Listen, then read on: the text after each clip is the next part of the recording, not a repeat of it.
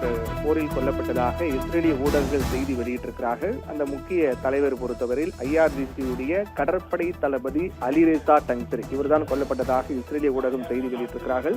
அதிலும் குறிப்பாக பந்தர் அப்பாஸ் என்ற ஒரு துறைமுக நகரம் ஈரானில் இருக்கின்றது. அந்த துறைமுக நகரத்தின் மீது அமெரிக்க இஸ்ரேலி தாக்குதலில் அந்த தாக்குதல் தான் இஸ்லாமிய புரட்சிகர பாதுகாப்பு படை அதாவது IRGC-னுடைய கடற்படை தளபதி அலிரேசா டங்ஸ்ரி கொல்லப்பட்டதாக இஸ்ரேல் தெரிவித்திருக்கிறது.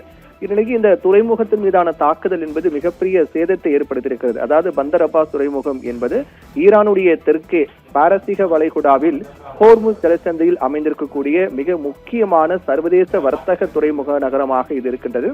இது ஈரானுடைய மிகப்பெரிய கொள்கலன் துறைமுகமாகவும் கடற்படை தளமாகவும் செயல்பட்டு வருகின்றது.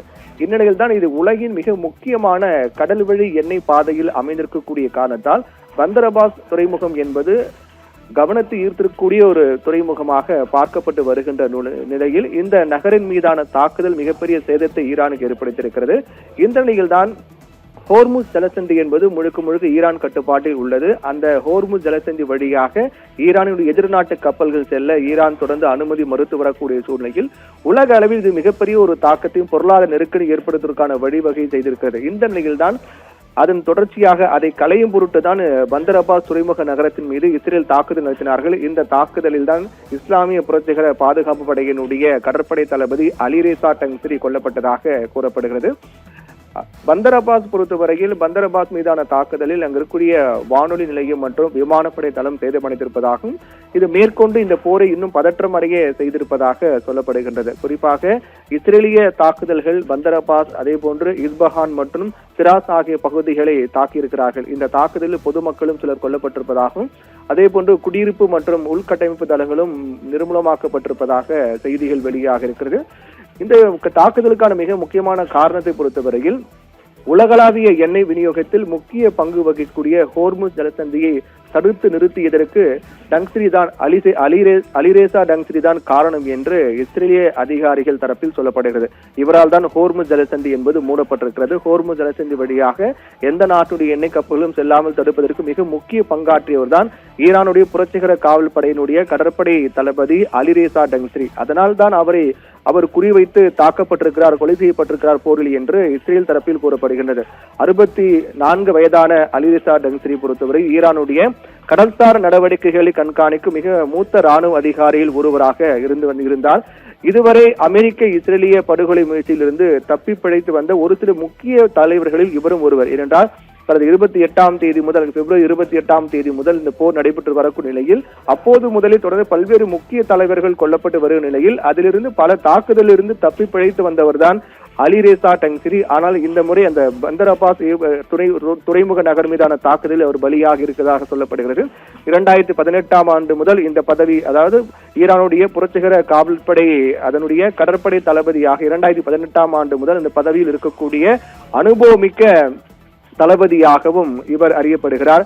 ஈரானுடைய ஹோர்முஸ் ஜலசந்தியை மூடுவதில் குறிப்பிடத்தக்க பங்காற்றியவர். ஹோர்முஸ் ஜலசந்தி ஈரானுடைய கட்டுப்பாடு இருக்கக்கூடிய சூழ்நிலையில் அதை மூடியது. அது மட்டுமில்லாமல் அதை மீண்டும் திறக்க வேண்டும் என்றால் அந்த வழியாக பயணிக்கூடிய கப்பல்களுக்கு கட்டணம் வசூலிக்க வேண்டும் உள்ளிட்ட பல யோசனைகளையும் பல வழிகளையும் கொண்டு வந்தவர் தான் இந்த அலிரேசா டங்ஸ்ரி. அது அந்த அளவுக்கு மிக முக்கிய ஒரு தளபதியாக இருந்து வந்தவர். அவர் தற்போது பந்தர் அப்பாஸ் துறைமுக நகர் மீதான தாக்குதலில் பலியாக இருப்பதாக கூறப்படுகிறது. இது ஒரு மிகப்பெரிய இழப்பாக ஈரானுக்கு பார்க்கப்படுகிறது என்றால் தொடர்ந்து பல முக்கிய தலைவர்கள் கொல்லப்பட்டு வருகிறார். ஈரானில் முதல் கட்டமாக 28 போர் தொடங்கிய அன்று இரவே அயதுல்லா அலி கமேனி ஈரானுடைய சுப்ரீம் லீடர் அவர் கொல்லப்பட்டார். அதற்கு பிறகு அலி லாரிஜானி அதாவது இவர் ஈரானுடைய தேசிய பாதுகாப்பு கவுன்சிலுடைய தலைவர்.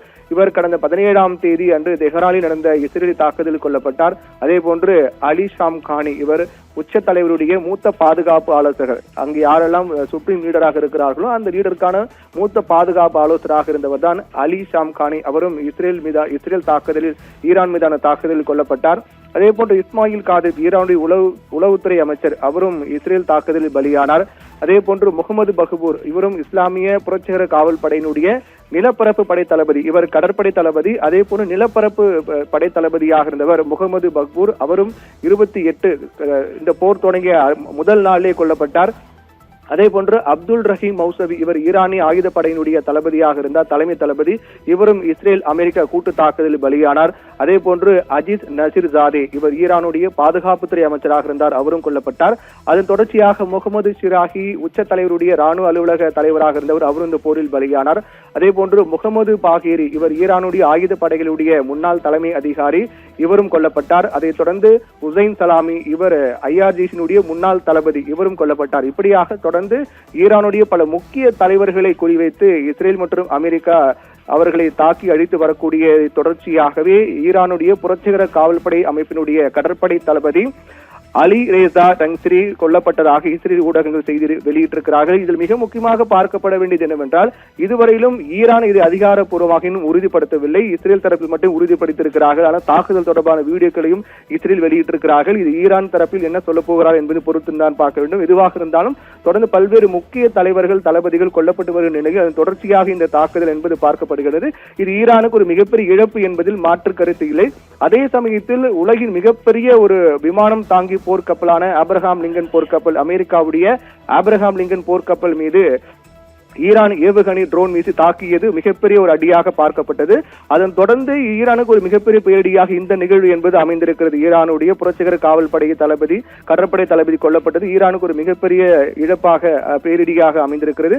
ஏற்கனவே அமெரிக்கா 5 நாட்கள் போர் நிறுத்தம் அறிவித்திருக்கக்கூடிய சூழ்நிலையில் ஈரான் தங்களுடைய தோல்வி ஒப்புக்கொள்ள வேண்டும் என்று அமெரிக்க அதிபர் ட்ரம்ப் தெரிவித்திருந்தார். ஆனால் ஈரான் தரப்பில் எங்கள் தோல்வியை நாங்கள் இன்னும் தோற்கவில்லை, தொடர்ந்து அமெரிக்கா மற்றும் இஸ்ரேலுக்கு எதிராக தீவிரமாக போர் புரிவோம், அதற்கு நாங்கள் தயாராக இருக்கின்றோம், நாங்கள் என்றும் தோற்க மாட்டோம், தோல்வி அடையவில்லை, நாங்கள் தோல்வி ஒற்றுக்கொள்ள முடியாது என்று மிக தீவிரமாக உறுதியாக ஈரானும் போர் புரிய தயாராக இருக்கக்கூடிய சூழ்நிலையில் ஈரானுடைய புரட்சிகர காவல்படையினுடைய கடற்படை தளபதி இந்த போரில் சொல்லப்பட்டதாக இஸ்ரேல் ஊடகம் வெளியிட்டிருக்க செய்தி என்பது மேலும் பதற்றத்தை அதிகரிக்க செய்திருக்கிறது.